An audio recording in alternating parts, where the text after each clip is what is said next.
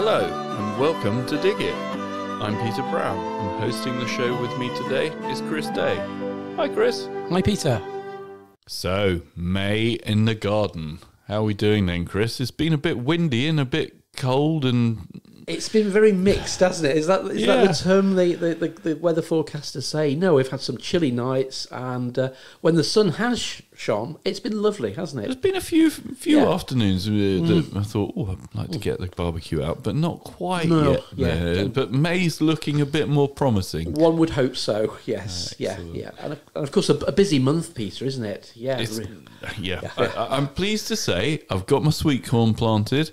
Good. I did it with my daughter the other week, and we planted 18 cells. Right. Oh, we've had 18 come up. Brilliant. First time ever I've had 100% success with my germination. I was blown away. That's very good to hear. Wow, yes. It's good. Next to courgettes and runner beans and all the other things I've got to get planted. But we're getting there. But anyway, what's going on in the shows and... It's the start of the big shows, isn't it? But first of all, Peter, between the 2nd and the 8th of May, it's National Gardening Week. Okay. So this is an initiative run by the RHS, Royal Horticultural Society, basically to raise awareness in gardening and horticulture. So lots of things are happening out and about. You'll notice quite a lot of things on their website, but obviously in garden centres we'll have obviously things occurring, and there'll be obviously lots of plants to enjoy. And obviously it's the time of the year when we're most thinking about doing container gardening and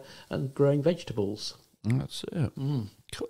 And then bit of a big weekend for Charles and Co. This second weekend in May, isn't it? Yeah. So Saturday the 6th of May, isn't it? So King Charles's coronation. It is a big event, isn't it? It's a landmark event. I think the last one was over 70 years ago, wasn't it? So. Patriotic planting, that's going to be the key, isn't it? We're already getting interested. Would you believe, literally the other day, Peter, had a school came in, they wanted a tree to plant for the event, for the Friday, and they also wanted red, white and blue bedding, which we had in stock. We had some lovely red antirrhinums, snapdragons, some blue lobelia and some white lobelia. So... Excellent. And I suppose you could do that with pansies quite easily as well, couldn't you? But the red, what was another red bedding plant we could use? Well, something like salvia. That's begonias. Grows upwards as well, doesn't it? So slightly less sideways, isn't it? Cool. Yeah, nice so one. there's plenty to go up there. So lots to think about there. And then on the 7th of May, again, specialist plant fairs all around the country, but there's one at Board Hill over in Haywards Heath. Yep. Again, it's one of the for more of the rare plants as well, so look out for that. And a lovely garden to enjoy as well. And then we're into the big shows, the 11th to the 14th, which is, of course, the RHS Malvern Spring Festival. Over on the Malvern Hills. Beautiful show. I went there last year, Peter. It was really good. I really enjoyed my day. Quite an expensive day, but it's what it is, isn't it? It's just good to get out and see some wonderful show gardens and lots of really good plant exhibitors in the big marquee there.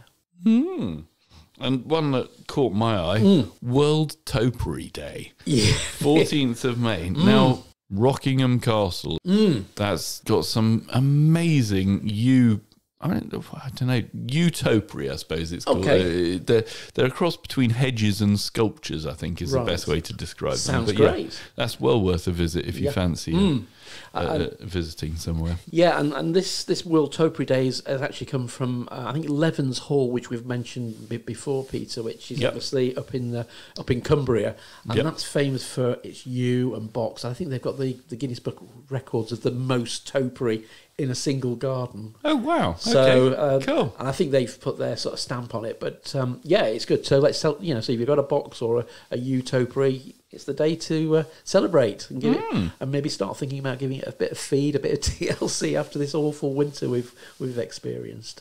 That's it. Cool. And then... end of the month, it's the biggie. It is. They don't come much bigger, do they? The Chelsea Flower Show. Yes. So obviously famous at the Royal Hospital grounds. 23rd to the 27th. Obviously, if you're an RHS member, you can get in the first couple of days. And I think tickets probably still are available. But yeah, you have to go on the website there. And it is the showcase, it's the platform, the catwalk for horticulture, isn't it? It's the the controversial one that some people seem to love and some people just think it's a flash in the pan and the stuff is never going to work in the real world. But it's a spectacle, no less. And it gets a lot of coverage. Obviously, the BBC, God bless them, give it absolutely maximum coverage. I think it gets about 12, maybe 15 hours over that week because they do afternoon programmes. So it's wall to wall, just to enjoy. So even if you can't get there, you'll get probably better views of the gardens. I think that's it, isn't it? Sometimes you can get actually better ideas and inspiration off the television than having to squeeze down the aisles and through the thousands of people to have a little peek at the gardens. That's right, most definitely. And of course, as we're broadcasting and recording our podcast in a Malvern garden building, that's true. It's great to hear that they're going to be back at Chelsea again. Oh, how many buildings have they got there this year? Well, it's it's 5. They're doing they're doing the basically the houseplant studios, which have been a very popular part of Chelsea now for a few years. And basically, these are all going to be themed, Peter, around certain aspects of a place too. So a place to escape to rejuvenate, to entertain. Right. And it's all going to be then married in with obviously wonderful houseplants, and they're in these wonderful breeze houses, which of course we've recorded in over the years or so, and it's all part of the design to make them a really good useful space, which of course houseplants will accommodate rather nicely.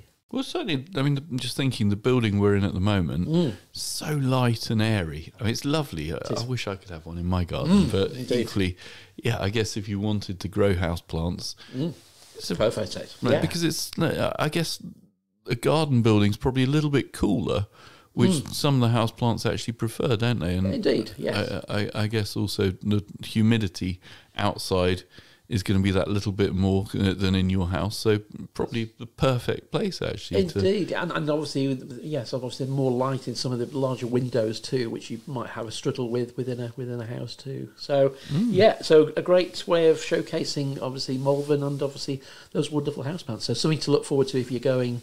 And I'm sure that the TV cameras will probably have a sneak round, which they did I think last year. Yeah, that's good. And then, right at the very end of the month and into July, we've got tree listening. This is fascinating, isn't it? So Exbury Gardens, obviously down in Hampshire, well known for obviously their wonderful rhododendrons and camellias, which obviously are looking great at this time of the year. They're going to be basically encouraging you to listen to the sap flow of or the moving water and air of the xylem vessels in trees. So using very highly sensitive microphones, you're going to be able to listen to the movement of water in tree trunks. So xylem, from my understanding, they're a bit like the veins. That's it.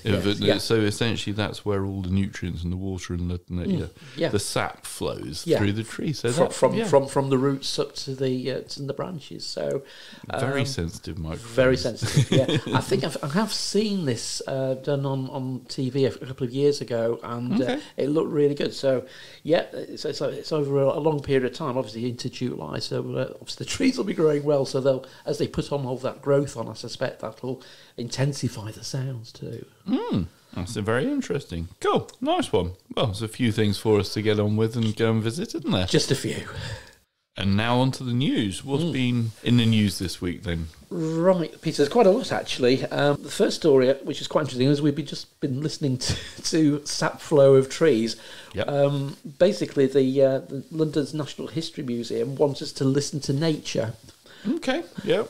And it's basically recording nature through a hub. And it's really interesting. What they're suggesting you do is you pick a street or road, perhaps somewhere where you live, you record a little bit of audio, and they give you all these links on the website for 5 minutes, so you can hear human intervention and obviously sounds, cars and things, and obviously nature sounds. And then they want you to take a 10-minute walk recording any insects you see on your travels. And send all those details back to them. So they get a snapshot of effectively 15 minutes in the life of a particular road or street you might live on. I think it's quite an interesting project. Yeah. Definitely. Well, I mean, Certainly, I know in my house there's loads of spiders, so I should imagine there must be a few outside as well. And Indeed, yes. They seem to be doing very well at the moment. But, I guess a bit like the Nature Watch thing, isn't it? Where it is. People get to record what's going on in and around their area, and if we start paying attention to that, it might lead us to becoming better environmentalists. So Indeed, yes. And with, I suppose, the National, the History Museum, they're very keen to make sure that we do keep a track of everything in our lives, isn't it? So this is a snapshot of 2023. Then the next story, maybe some of our listeners won't be surprised, but these plant ident apps you can put on your phone aren't probably as good as we hope they are. This is research by the New Scientist that they found that many of the smart home apps to identify plants and photographs aren't very good, aren't very accurate. Well, they're saying some of them as little as 4% accuracy. Yes. Well, that's... Yeah. But then equally, we get a lot of people coming in who've taken a picture, and we're always happy to try and identify them, aren't we? It's nice. It gives us a challenge sometimes because you can, if you're taking a picture of a plant, that's great. But also, if you can, take a little sample of the leaf or the flower, branch, bring us some physical stuff in as well, because that's a key to quite often identifying things. So, but yeah, I mean, 4 to 80% accuracy. Yeah, not quite there yet, but I'm sure they'll get better as time goes on. I'm sure, and as you say, a lot of these apps are chargeable, so you have to subscribe. So you are paying good money for something which perhaps isn't quite as fit for purpose than it should be. I would say the other thing as well, Peter, we have obviously a lot of problems with a lot of plants being lost over the winter, and a lot of people, as we've found, because the plants have been so badly damaged, it's actually identifying what the plant is. Yep. So they're after replacements, are they? Indeed, But to be fair, I saw the Petunias that we've got that got frost damage, and I don't think I've ever seen a brown Petunia leaf. It looks like almost autumnal sort of colours on it, and they're not looking good. But that's, like you say, sort of this winter was very hard for some plants, and evergreens especially took a big hit. So maybe have a second think about your plant apps if you're thinking about downloading one. That's it. And Sensory Garden up in Liverpool. For Ukraine. Yes. Interesting, they're tying it in with the Eurovision Song Contest, which I think Ukraine were due to be hosting, but now it's going to Liverpool, which is a nice thing, and building a garden as well. So that's good. And there's some quite sort of significant design elements to it. Okay. Peter Lloyd, the designers, included chessboard tables, because obviously that's a strong link between the UK and obviously that part of the world of Ukraine of being chess players. Yep. And obviously using bridge, there's a nice bridge there, which obviously is a nice symbol for bridging the gap of harmony and unity. So lots of nice symbolism there, and it's good to see something being developed. And of course the Ukrainian community have quite a big say in Liverpool, so it makes sense that something like this is worked at. Brilliant. Good stuff. So last month we were discussing an old viaduct that had been upgraded into parkland. London's got an old railway that they're doing a similar idea to, isn't it? Yes, they have. They've got a new, I guess it'd be a very thin park, but 1.2 miles long. In an old railway line. That's over in Camden. Yes, that's North London, isn't it? Camden's North London. Going down into towards King's Cross. So very valuable land, I should imagine, as far as developers were concerned. But equally, it's nice that we're turning it into a walkway. And, I mean, the picture of it looks lovely. And it's got a really good Dutch planting designer, Piet Odolf. He's well known for his amazing sort of prairie-style planting. He uses lots of grasses, lots of verbenas, and that sort of very airy sort of displays, which are really nice. And obviously using trees as well. So it's going to be one of his signature designs. And the article in Garden News also says that he's going to be recommissioned. Well, he's been recommissioned to revamp his own garden at Wisley as well, so he's going to be a busy chap. But yeah, 1.2 miles through. They're calling it the Camden High Line. And it's, I think it's great. I mean, it's going to cost a little bit of money though. I've just seen the price. Yeah, 14 million. Yes, so wish I had that to spend on my garden. Oh, I haven't got 1.2 miles of garden. It's all proportionate. And another relic that's being changed. This time for the better. The Palm House at Royal Botanic Gardens, Edinburgh.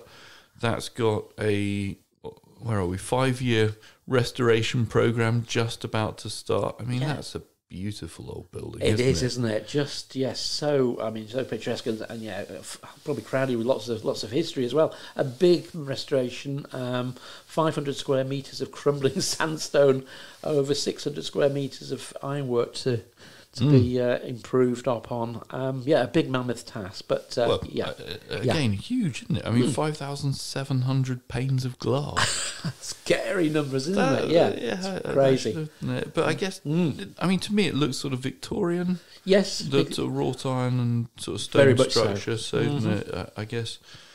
I wonder how many of those panes of glass are original. They're going to have a big glazing bill at the end of it. But it's really nice to restore something like that.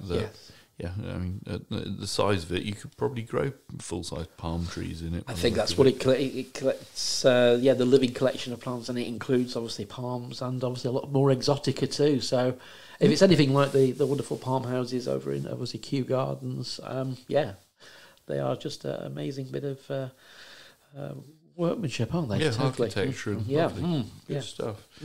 And I guess the other building in the news at the moment is one of King Charles's ancestors' country houses. That's over in Yorkshire, isn't it? North Newby Yorkshire. Hall. Lovely looking building. Fantastic. And famous for its amazing double borders. I mean, these borders, Peter, is probably as wide as my garden. They're best. Yeah, they're humongous, really deep borders. But it's actually celebrating its 75th anniversary, so which links in quite nicely with obviously the coronation, and hence they're going to have apparently replicas of the crown jewels, a throne to sit on, and a special garden party to delight the visitors there. So plenty going on at Newby Hall this summer. And like you say, sort of 172 metre long herbaceous border. Great for selfies. I mean, it's certainly got some colour in there, hasn't it? It's lovely. Fantastic. I mean, it's a proper, like you say, sort of. If you had a quarter of that as your garden, you'd think you'd done well. You did, yeah. Just shows you what you can do with space and depth of planting, isn't it? Yeah. It makes a lovely vista, though, doesn't it? Fantastic. Yeah. But we'll put details on our show notes of all the companies and people we mention on Dig It today. And for all of you gardeners who like to buy peat-free plants, Tesco's have pulled their finger out and moved very quickly on this one, haven't they? I mean, yes, they've announced that that all their British-grown bedding plants will be in peat-free compost this year.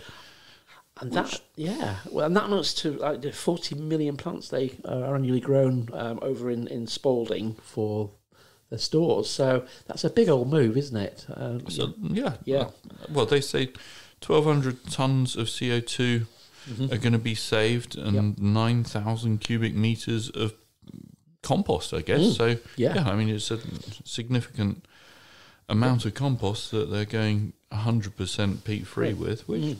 I mean, at the end of the day, if the guys over in Bridge Farm have really nailed it and got a decent quality grown media that you can grow the bedding in and it will hold water, because I think that's always the trouble with, dare I say it, supermarket bedding, is that sometimes it doesn't get cared for quite as well as other places, and it dries out, and if it's now going to dry out in half the time... going to be interesting. It's going to be interesting, which slightly goes against, in a way, the government has sort of backtracked on the commercial peat ban, isn't it? There's lots we finally got some dates out of the government. It's the end of 2024 that us amateur gardeners will be able to buy peat. And then the commercial sector was due to be 2026. And now they're questioning whether that's a good idea or not. So the NFU are saying they need more conversation and they need more support. The Wildlife Trust are saying ban it, ban it, ban it. Yeah, so... Yeah, and the trouble is there isn't at the moment, of course, the research into using these composts for certain crops, certain plant crops is, shall we say, fairly sparse. So to, sort of push on these dates on in a way which is, in a way, sort of almost blackmailing the growers to do something very, very quick, is a recipe for disaster, really, isn't it? In many cases, I think... So let's hope that some sense is seen. But I think it's moving quite quickly out there, Peter, isn't it? There's lots of good positives of what products are coming through. Well, you've had some good success recently, haven't you? Yes, and that sort of ties in with another news story, isn't it? It's good old Megacopa, which is a compost we have mentioned. Yeah, we stock it, and which have given it... Best Buy. Seal of approval, which is good. Yeah, which is pretty amazing. Yeah, I've been using it, Peter, since the new year. Since January, I've been using it for seed sowing, potting up, and repotting. So far, so good. Well, we talked earlier about my 100% success rate. That was using the peat-free seed and cutting compost that we sell here, just a standard Levington one. Levington, yeah. Perfect. And 100% success rate. It does dry out quite quickly, though. I must say, sort of, I've got the propagator over the seedlings still. Yeah. And every now and again, I take the lid off for a few hours, and I'm always surprised how quickly it dries out. Seems to go, get dry. But yeah. It's all to do with the management, isn't it? And certainly, chatting to customers, that's the thing. I said that the whole idea of using compost now is good. Our mindset has to change, doesn't it? We have to give them more water, more feed, because obviously these composts don't hold the nutrients. But then peat-based compost didn't, to be honest with you. We had to start feeding 4 to 6 weeks after we'd used the compost. So start feeding more regularly and maybe have a look at the types of feeds as what you actually use to get the best results. But it's all good stuff, and certainly Silver Pro products seem to be getting it just about right at the moment. And the other thing I came across recently, Chris, was the Department of the Environment and Rural Affairs are essentially indicating that Europe will still be able to grow all their plants in peat. We can import them. So that's going to put a bit of a it doesn't pressure, shall we say, on the English growers. Yeah, because if we haven't got a decent growing medium or as good a growing medium as the European, we're going to be struggling to compete with them because I should imagine the peat-free growing mediums will be more expensive. So therefore, the cost will be then more expensive for us to buy English plants rather than importing them. Yes. And it puts an unfair advantage over imported stock, doesn't it? Straight away, and it puts the UK growers on the back foot because they're in a catch-up situation. It still seems rather unfair. It certainly does. I mean, at the end of the day, I think everyone in our industry likes growing things and getting things to grow, and we don't want to destroy the world, but equally you've got to try and have a bit more of a level playing field, haven't you? The balance needs to be there, and obviously this has all been brought up that obviously through the Chief Executive of the Garden Centres Association, Peter Burks, he's brought this sort of attention to the problem within the trade, hasn't he? So that in itself is the fact that that's obviously representing a great number of garden centres, and it is a voice of concern for the UK growers too. But I think that's essentially we as a garden centre try and support English growers. We do indeed. If we can buy from English growers, we do, and majority of our stuff is from English growers. But equally, if in 10 years' time we've got to buy it from Southern Ireland because they can grow it in peat, we can't. How's that going to work? I mean, it's going to make a big shift in where the growers are located. And if the government is saying, well, no, it's a free-for-all, you can import whatever you like. No, it doesn't sit comfortably. It is, and that's probably therein lies the problem with the whole aspect of the peat debate, isn't it? It hasn't really been thought through globally, and unfortunately, the poor UK growers are having to really bite the bullet now and work tirelessly to get something in place to grow their crops to perfection. That's it. And with it now being May, here we go. It's that time no of year. mo May. Yeah. It's that time of year again. It's the big debate. Is it better or is it not? Personally, I think the idea of slightly longer grass, when you're walking through it barefoot, far better. Yes. Nice soft grass to go in between your toes. It's lovely. Yeah. Feeling. I was listening to the news the other day, Peter, on Radio 4, and Deborah Meaden, one of the dragons from Dragon's Den, every morning she trots around her garden barefoot. She loves to walk in the lawn to basically bring her down to earth, to connect with nature, to start her day in a very positive way. That's fair enough. Yes. I was connected with my grass the other day. I was putting a new cable in for the robotic mower. Okay. They have a perimeter wire that needs going in. I must say, my knees got very wet. That's all I'm going to say. Good positives and maybe less so. But no, I mean, in all seriousness, leaving the grass a bit longer also helps in drought, doesn't it? It certainly does. And Yep.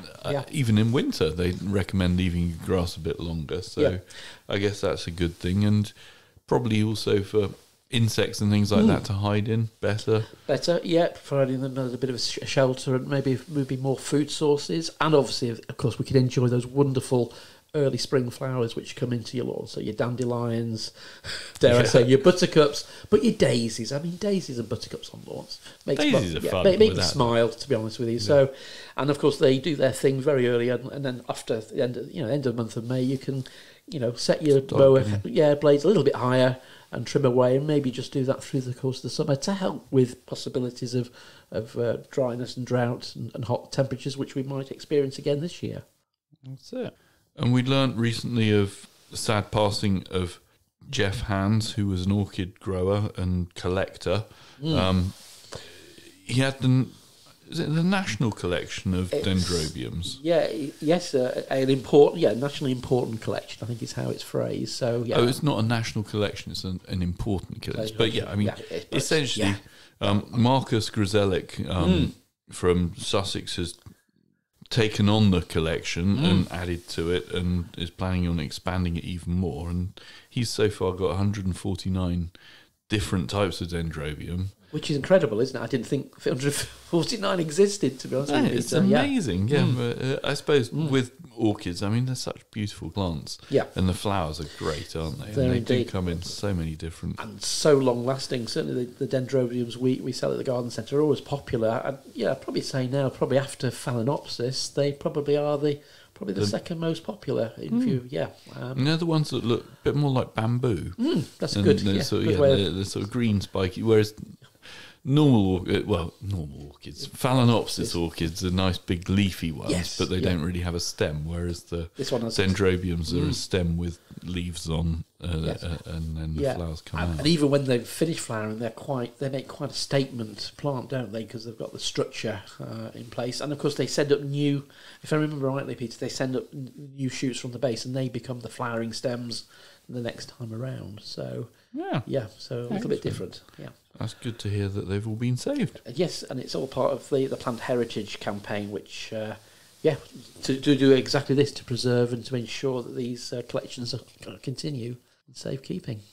And a couple of things that have been going on in the garden centre world.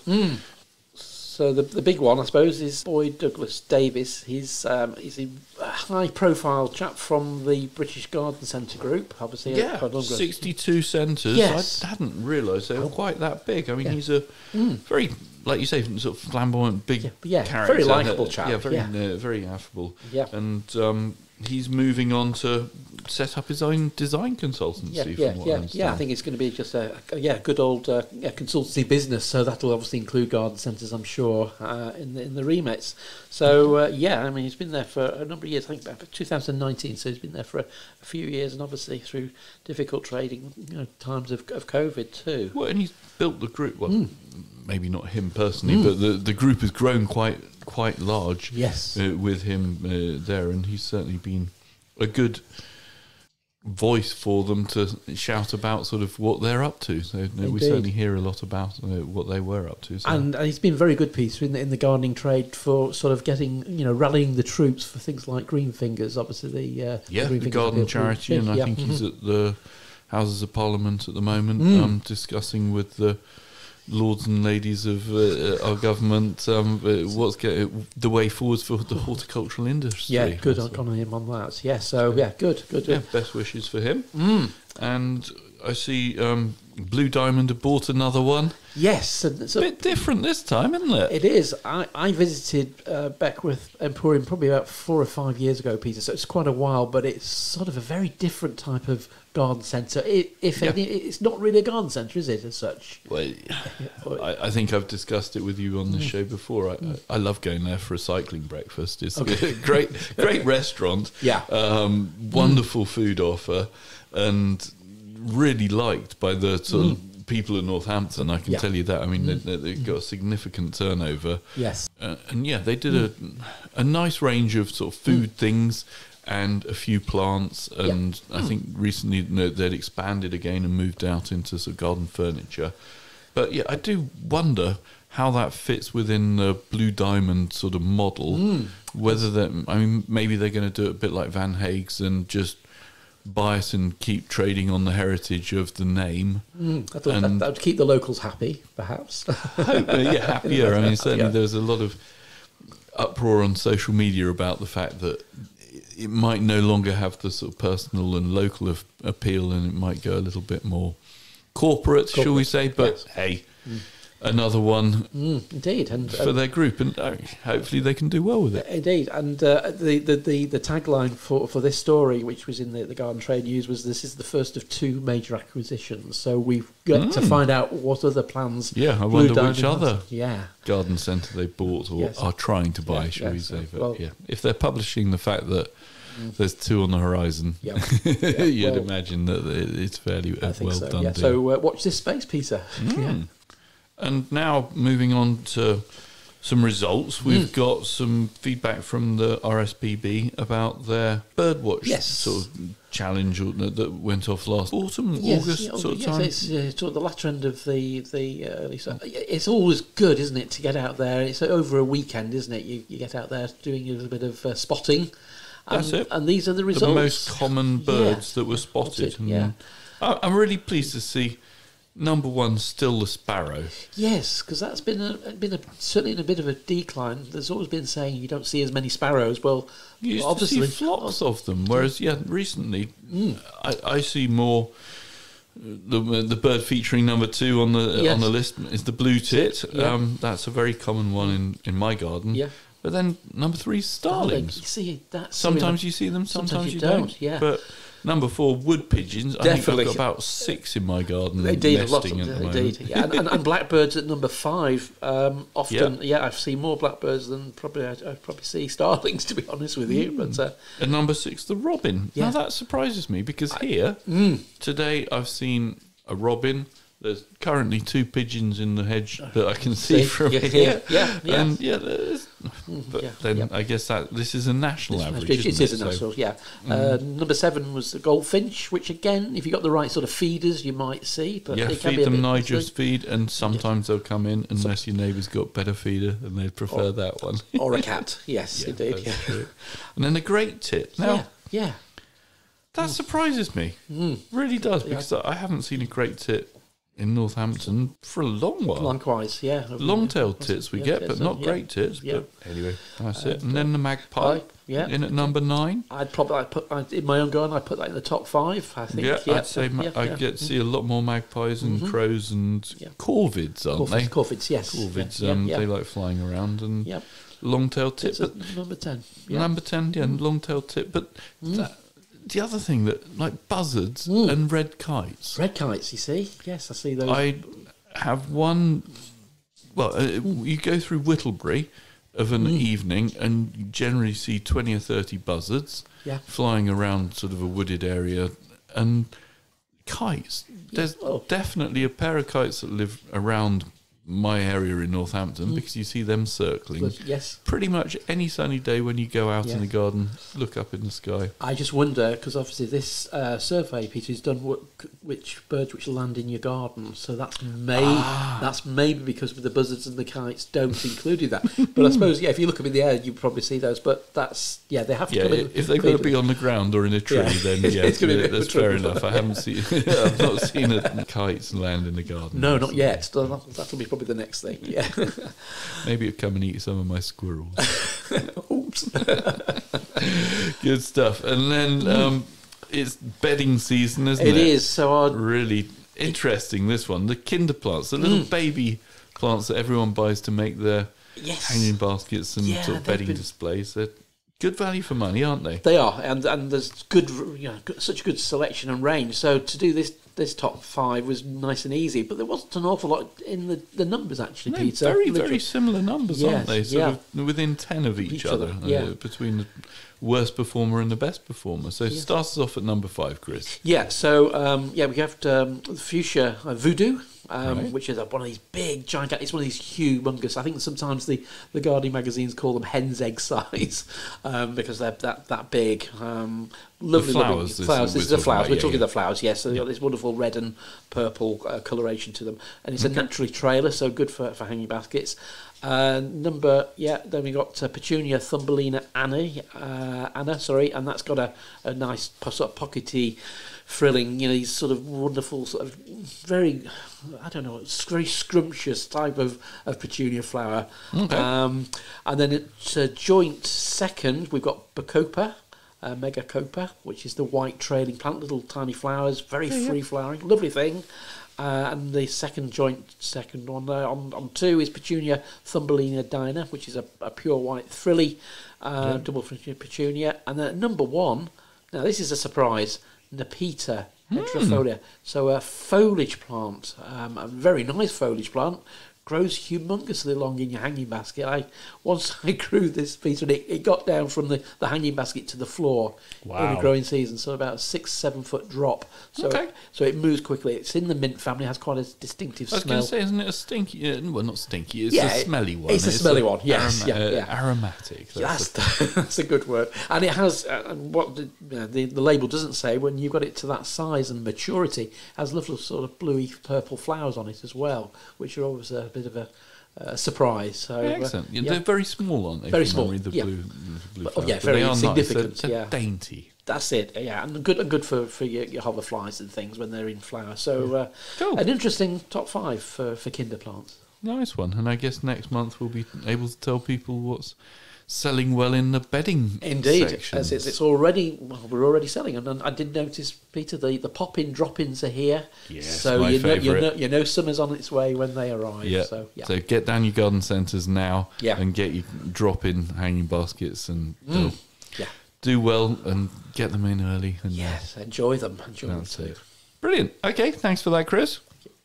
And what jobs have you got for me this month, Chris? Oh, yes. Well, it's more seed sowing, isn't it? You can sow a lot of your more tender veggies straight out into the garden. I was going to say, can I do broad beans straight into the allotment? Broad beans, runner beans, French beans, absolutely.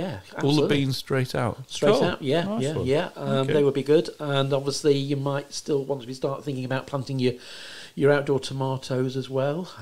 Probably middle of this month, I would say. Still a little bit early, unless you've got a cloche or to be had, because obviously we get some night frost still into the month of May. And also, start having a think about, earthing up your potatoes, because they'll be pushing through. Mine are just starting to push through in my pots at the moment, so a bit of compost over the top if you grow in pots, and if you're obviously in the allotment or in the vegetable garden, just earth up and cover those shoots to keep the tubers obviously out of the sunlight, and also to protect the leaves from the frost too. Okay, now I've got a confession, Chris. Go on. I haven't got mine in yet. Oh, Peter, come on.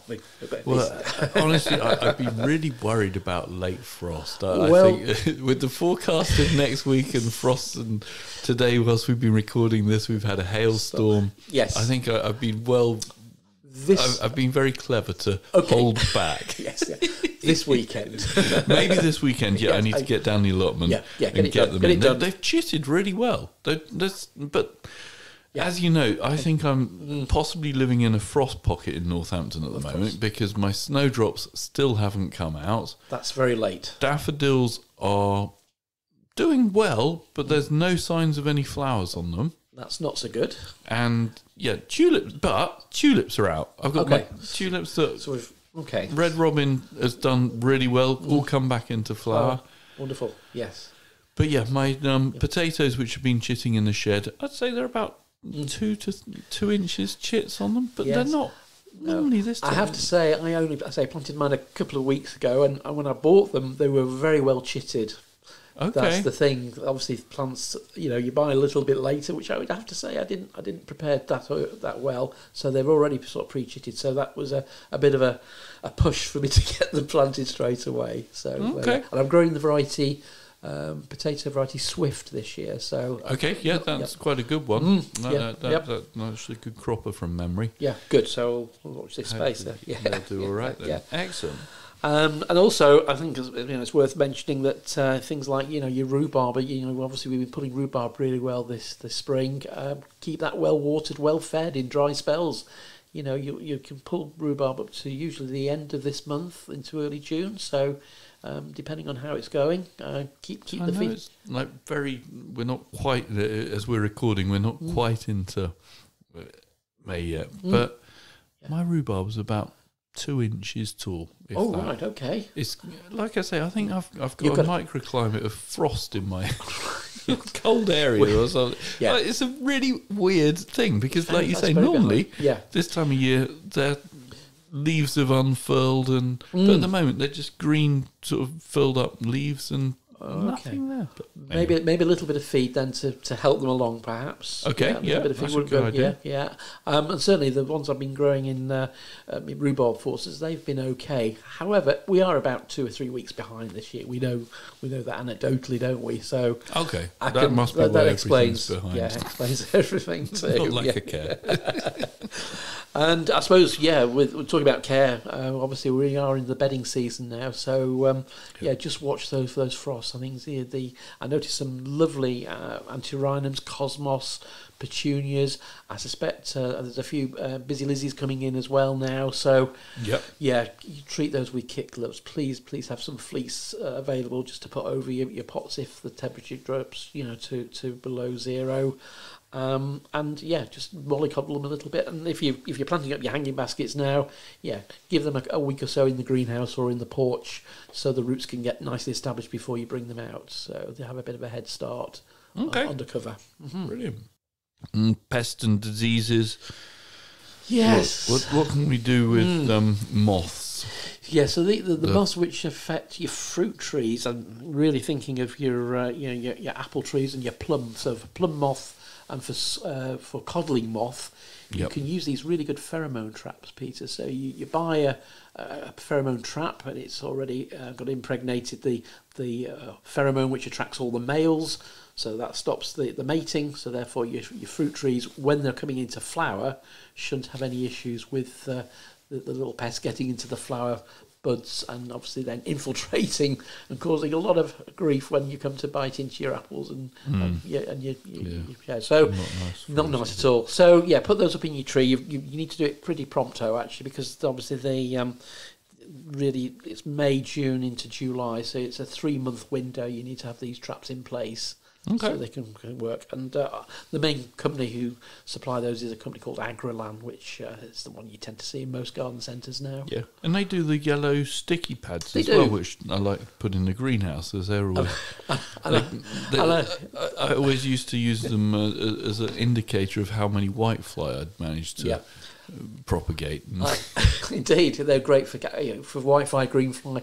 I always tend to put those in, and I tend to walk into mine. So that's the annoying bit when you touch them, or you brush your arm past them, and they stick to your sleeve. Oh, not good, never a good thing. But really good organic way of controlling those flying pests as well. And also, a little bit preventative spraying, going into the ornamental garden. If you've got roses, then maybe get a spray on those to Rose Clear Ultra to keep the green fly, white fly, well, any type of aphid, and of course the dreaded mildew and black spot at bay. Preventative spraying is so good for roses, really. Okay. And I suppose now, if we're starting to plant out our vegetables, beer traps, my favourite. Yes. Okay. Sort of trap in the allotment. I like seeing how many slugs and snails I can collect in my beer traps, and I found that if you've got a real good quality, natural, unfiltered beer with some yeast sediment in the bottom, good?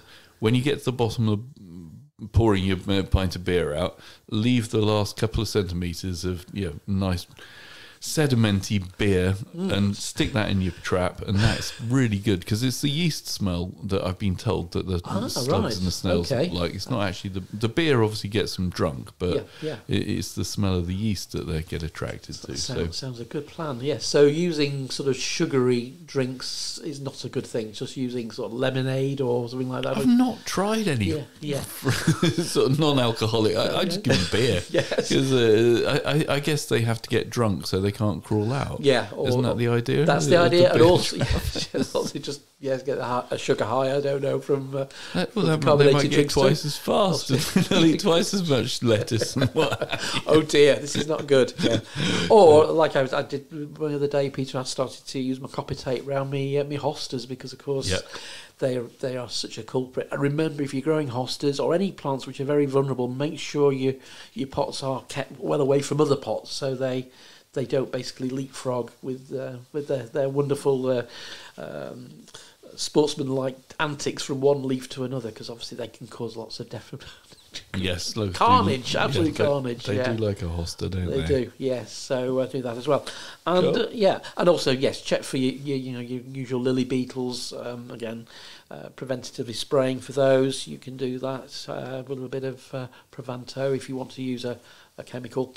I think lily beetles are such a problem, and of course they are becoming more a problem now as we go into warmer conditions. Global warming is affecting some of the pests we get into our gardens, and certainly the number of lily beetles is on the rise. It is, yeah. Okay. And when's the best time to put sort of plant supports in, Chris? I'm just thinking about like the herbaceous sort of things that grow up through those cages. Now, really, Peter, actually, not too early. Not too early at all. In fact, if you've got delphiniums, I know I walked past some delphiniums which have quite recently come in, and they're already probably 18 inches tall. Yep. So when you're putting those in, yes, if you go for something like the Poppy Forge products, which have the mesh, circular mesh, and then obviously the little legs which you put them through, get those in place nice and early, really, if you can, and then obviously the plants can push through those, and then you won't be able to see the mechanics of the stakes once they're through. And if you're putting canes in, so much the better. But certain things you can probably wait, like your dahlias and such like, wait until they get perhaps a sort of foot or so tall, and then obviously they'll need some stout canes to hold them in place. That's good. Cool. And must be warm enough to start thinking about cuttings, the sort of woody herbs, isn't it? I see rosemary's on the list and thyme. Yeah. I grew some thyme from seed last year. Okay. It's done all right. Good. It got through the winter. Fantastic. My rosemary, like I think I said last month, it's gone a bit sort of discoloured. I still haven't got around to putting the Miracle Grow on it, but I might get round to it this weekend. I think I've got a busy weekend coming up. Yeah. Sort of hyssop, rosemary. See, rosemary at the moment, I think is we're in a catch-22, a little bit like lavender. With short supply, a lot of people have lost their plants, and that's put on obviously extra supply issues to garden centres. So we have definitely struggled this last few weeks getting hold of rosemary in any big quantities. Okay. So if you have got a rosemary plant and it is doing okay, certainly it wouldn't be a bad idea to take some cuttings now, like with your thyme as well, and start building up some more stocks. And maybe that's the thing we need to do during the summer. We do some sort of semi-ripe cuttings of things like lavender, get those nicely rooted over winter, and then we'll have a few plants then as an insurance policy, just in case the winter is cruel again and we do lose more plants. So just thinking about rosemary for a second there, so you get the supermarket herb, Yes. the live herbs or whatever they call them. Yeah. And sometimes you get rosemary's in those. Are they, presumably you can just take cuttings from them, same as anything else, can you? Or So with rosemary, which you buy from the shop, the trouble is you probably wouldn't, if it's growing in rock wool, yes, it's probably got a root system on it, so you could do that. If it comes in any sort of other sort of format, I'd be probably a little bit reluctant because it's probably going to be a bit too dry. But certainly if it's in a growing medium like the inert like material, which sometimes you find basil and mint in, you could take those as cuttings. okay, cool. Yeah. And a nice gritty compost. That's the secret with all these sort of Mediterranean plants, Peter. So a bit of multi-purpose compost, peat-free with some horticultural or potting grit in, probably 25-30% by volume. So it's nice and gritty, and then run them around the side of a nice terracotta pot. That's what I tend to do. Okay. Terracotta always seems to breathe better, and things seem to root better in terracotta for some strange reason. That's a good tip. And can you use perlite or vermiculite if you haven't got any grit? Yes. You've got some perlite left over? Perlite's absolutely fine. That'll open up the compost. So for certain cuttings, certainly some of the more softer cuttings you might take during the summer, perlite is really, really useful. So, yes. Brilliant. Yeah. Great stuff. And I suppose something else to mention, a bit different from our normal format, a couple of books that have hit the marketplace recently. Yes. Both people that we've interviewed, which yes, indeed. always makes me proud to think, we've had proper serious authors on. And these authors we were talking about the books they were going to be writing, which is even more interesting. So the first one is Legends of the Leaf, which was our On the Ledge podcaster Jane Perroni. Yeah, Jane Perroni. That was an interesting podcast. She was very passionate about her houseplants, wasn't she? And as is Tony Labrisson. Indeed. Who's brought out it's a lovely looking book, isn't it? I mean, we got a press release book? Probably, with a press copy. So called Not Another Jungle, which obviously is the name of his shop. And the colours are similar to his shop as well. It's really nicely sort of matched. Yes. Book there, and some lovely photos, really lovely photos. I've not had a chance to read through it. Have you had a chance to read it? I've dipped into it, Peter. It's really nice. It's so personable, and it really shows Tony's passion for his plants. Each page is, I say, beautifully photographed, and these words, are very meaningful, and he's obviously put a lot of thought into it as well. And it's a different type of houseplant book. It's not your normal sort of comprehensive sort of guide. It's quite specific to some really quite rare houseplants as well. Unlike Jane's book, which is looking at the stories behind 25 iconic houseplants. So quite a different feel to that book, I suppose, in its contents as well. But great to see both books on the bookshop. Brilliant. Good stuff. Well, I hope I get 10 minutes to have a proper look through them, and maybe a few hours to actually read one. That'd be good, and might inspire me to get some new houseplants, because I know in our houseplant section at the moment we've got some really big leafy plants. And big plants are back, aren't they? Cordyline and dracaenas, the dragon trees. I noticed some really nice ones of those as well. So, and I was very fortunate. I managed to pop into Tony's shop last Saturday, and like I was saying to you, it's like a really lovely hanging cactus that it looked more like a samphire to me. Right. But you identified it as usual, being the expert, Chris. But Ripsalis, isn't it? It's Ripsalis. Great name. But a really nice plant that I'd not seen before. I thought, I've worked in this industry for quite a few years and saw a new one. So, obviously, nice shop to go in, and it's just nice finding new things. It is, and that's what Tony's all about, isn't it? The rare and more unusual, which makes the world go round, doesn't it? We do like something a little bit different. Brilliant. Okay, well, I guess that's kind of draws us to the end of the show. As always, please tell your friends about our podcast if you like what we're talking about. The more listeners we get, the happier we feel. Indeed. Yes, please do. And please subscribe. And we look forward to seeing you on our next Dig It. So what is the next show? So later on this month, Peter, we're going to be talking to Mr. Plant Geek, a.k.a. Michael Perry. He's a bit of a star, isn't he? He is. I always think of, when I think of Michael Perry, I think of the Tom Tartar, that amazing hybridised tomato-potato plant, which he was involved in launching for Thompson & Morgan nearly 10 years ago. Okay. But he's moved on since then, so I We'll really get look to forward learn what he's been up to. Indeed. Brilliant. Yeah. Great stuff. Thanks, Peter. Thanks, Chris. Today's show was brought to you by Buckingham Garden Centre and Nurseries. The show was hosted by Chris Day and Peter Brown. The show was produced by Peter Brown. And our thanks to Chiltern Music Therapy for providing the music. Thanks for listening. At Chiltern Music Therapy, we want everyone to know the difference that music can make in their lives. From parents and their premature babies in hospital to grandparents with dementia. We provide music therapy and community music services to people of all ages and needs across England. We work both digitally and in person in people's homes, care homes, schools, hospitals and hospices. Find out more at chilternmusictherapy.co.uk.